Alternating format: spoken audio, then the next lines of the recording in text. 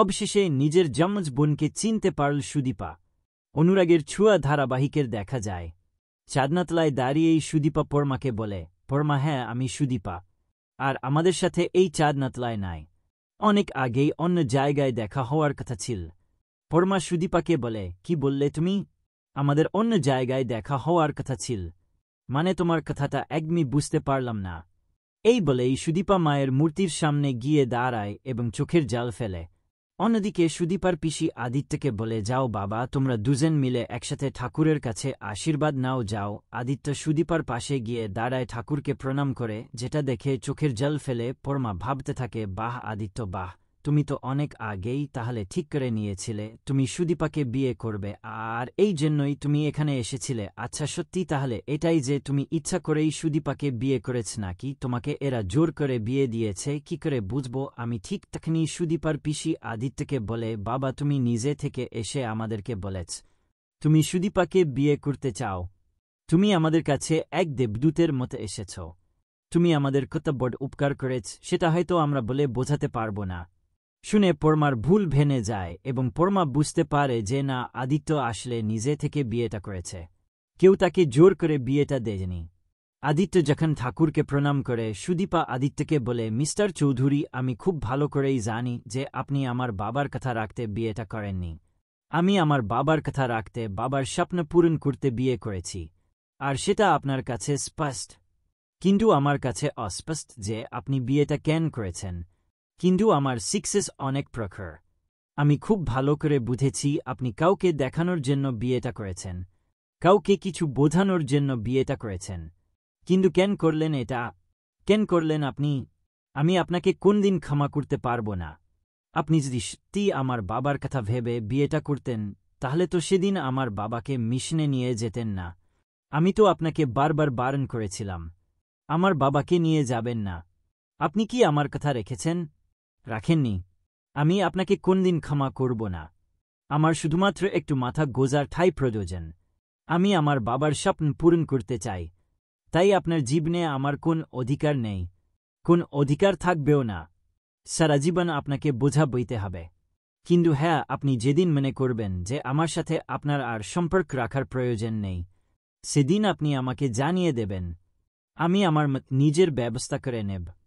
তবে আমি আমার স্বপ্ন পূরণ করবি, আমার বাবার স্বপ্ন পূরণ করবি। আমি কোনোভাবেই পেছনে ফিরে তাকাব না। আদিত্য সুদীপাকে বলে, আমি আপনাকে আমাদের বাড়ি নিয়ে যাব।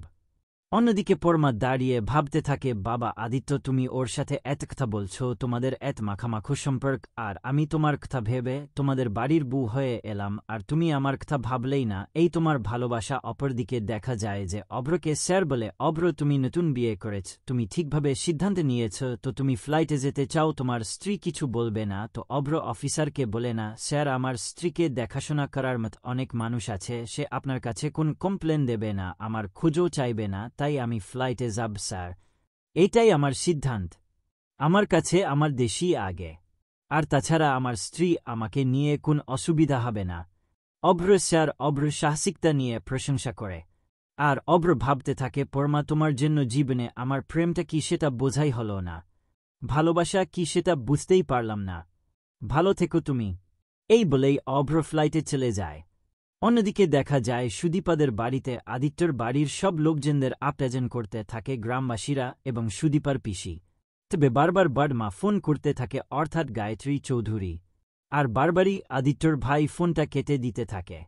কিন্তু একটা সময় আদিত্য ফোনটা ধরে এবং বলে, বড়মা, আমি আসছি, আজই ফিরছি। বড়মা বুঝতে পারে কিছু একটা হয়েছে, কিন্তু কি হয়েছে সেটা আর কাউকে বলে না। আদিত্য সুদীপার পিসি পরমাকে বলে, তুমি ওকে একটু দেখে রেখো, আসলে ও তো ওর মা বাবাকে হারিয়ে ফেলেছে, ছোটবেলায় ওর মাকে হারিয়েছে, আর এখন ওর বাবা মারা গেছে, ও একা হয়ে গেছে, তুমি একটু ওকে দেখে রেখো। পরমা সুদীপার পিসিকে বলে, আমি দেখে রাখবো, আপনি আমাকে বলছেন? সুদীপার পিসি পরমাকে বলে, হ্যাঁ, তোমাকেই বলছি, কারণ তোমাকে দেখে মনে হল তোমরা বোনের মতো, এই জন্য বড়মা সুদীপার পিসিকে বলে আসলে বোন বোন কি হয় আমি জানি না, আমার তো কোন ভাই বোন নেই, আমি বলতেও পারবো না। সুদীপ তার পিসিকে বলে, পিসি তুমি চিন্তা করো না, আমি ঠিক ভালো থাকবো, আমি নিজেকে সামলে রাখবো, তুমি চিন্তা করো না, পরমাকে কিছু করতে হবে না। ঠিক তখনই সঞ্চারী বলে, তুমি ওকে পরমা বলছো, ও তো তোমার বড় যা দিদি বলো। সুদীপা সবার সামনে বলে, আমি ওকে চিনি, ছোটবেলা থেকে চিনি, ওর নাম পরমা ব্যানার্জি। শুনে চমকে যায় পরমা। পরমা জিজ্ঞেস করে, তুমি আমাকে কি করে চেনো? সুদীপা পরমাকে, ছোটবেলায় তোমার সাথে আমার অ্যাওয়ার্ড ফাংশনে দেখা হয়েছিল,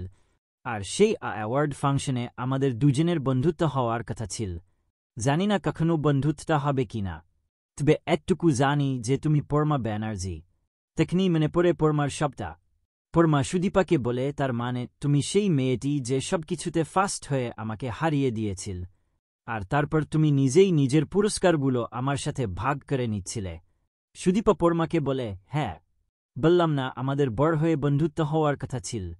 শুনেই সুদীপার পিসি চমকে যায়, এবং সুদীপার পিসি বড় চুপ করে ভাবতে থাকে, এ কি ভগবান, এ তোমার কি লীলা খেলা? তার মানে এটাই সেই মেয়েটা, অতন বাবুর মেয়ে। ওরা দুজন যমজ বোন, ভাগ্য ওদেরকে এখানে নিয়ে এসে দাঁড় করালো। এ তোমার কি লীলা খেলা? আমি এখন কি করব? আমি তো কিছুই বুঝতে পারছি না। অন্যদিকে আদিত্য ভাবতে থাকে, তার মানে ওরা দুজন দুজনকে আগের থেকেই চেনে, আর সুদীপা ছোটবেলার কথা খুব ভালো করেই মনে রেখেছে। সুদীপা ভুলে যায়নি পরমাকে। এরপরে আদিত্য বলে, আমাদেরকে আজই ফিরতে হবে, আপনি আপনার যা যা লাগে নিয়ে নিন। সুদীপার পিসি আদিত্যকে বলে, বাবা আজকের দিনটা এত রাত হয়ে গেছে, থেকে গেলে হতো না, আর তাছাড়া সবেমাত্র মেয়েটি বাবা হারিয়েছে। সুদীপ তার পিসিকে বলে, পিসি তুমি চিন্তা করো না, আমার তো কাল ওষুধ চলছিল, তারপরেও তো আমি বিয়েটা করেছি, তাই না? ওষুধটাই তো মানতে পারেনি, তাহলে আর এখন এটা মেনে কি হবে? ওনাদের যেটা সুবিধা হয় ওনারা সেটাই করুক, আমি আজই যাওয়ার জন্য প্রস্তুত। এই বলেই সুদীপা নিজের ঘরে চলে যায় নিজের কিছু জিনিস নেওয়ার জন্য। সেখানে গিয়ে তার বাবার ছবিটা হাতে নিয়ে সুদীপা হাও মাও করে কাঁদতে থাকে, আর পরমা সেখানে যায়। সুদীপার চোখের জলে পরমার খুব কষ্ট হয়, ভাবতে থাকে মেয়েটিকে তো ওইভাবে চিনি না, তাও কেন ওর চোখের জলে আমার একটা কষ্ট হচ্ছে? মনে হচ্ছে আমার আপন কেউ, খুব কাছের কেউ, এরকম কেন মনে হচ্ছে? পরমা এগিয়ে যায় এবং সুদীপাকে জড়িয়ে ধরে শান্ত করার চেষ্টা করে, আর ঠিক তখনই সেখানেই সুদীপার পিসি যায়। এমন দৃশ্য দেখে আরও অবাক হয়ে যায়, ভাবতে থাকে, ভগবান তুমি কি করছো? আমি তো কিছুই বুঝতে পারছি না। তবে কি আমি এদের দুজনকে বলে দেব?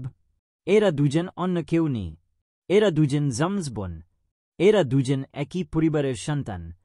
না বলবো না, কেমন বাড়িতে ওর বিয়ে হচ্ছে তাও তো জানি না। অনাথ আশ্রম থেকে দুজনকে নেওয়া, দুজন মেয়ের জীবন যদি নষ্ট হয়ে যায় শ্বশুরবাড়ি থেকে, যদি আর না মানে না, আমি একথা বলবো না, কাউকে বলবো না। সেখানে সঞ্চারী আসে এবং পরমা সুদীপার এই ভাব দেখে সঞ্চারী রেগে গিয়ে তার বরকে গিয়ে বলে, জানো তো দেখে মনে হচ্ছে দুজন একেবারে হারিয়ে যাওয়া বোন, মেলায় হারিয়ে গিয়েছিল, এখন আবার দুজনকে ফিরে পেয়েছে, এত মাখো সম্পর্ক। সঞ্চারীর বলা কথাগুলো শুনে ঘরে যায় আদিত্য, এবং আদিত্য দেখে যে পরমা সুদীপাকে জড়িয়ে ধরে আছে, যেটা দেখে আদিত্য নিজেই চমকে যায়। আদিত্য বুঝতে পারে না এসব কি হচ্ছে। অন্যদিকে সুদীপা ও পরমা বুঝতে পারে না যে তারা দুজন সত্যি যমজ বোন।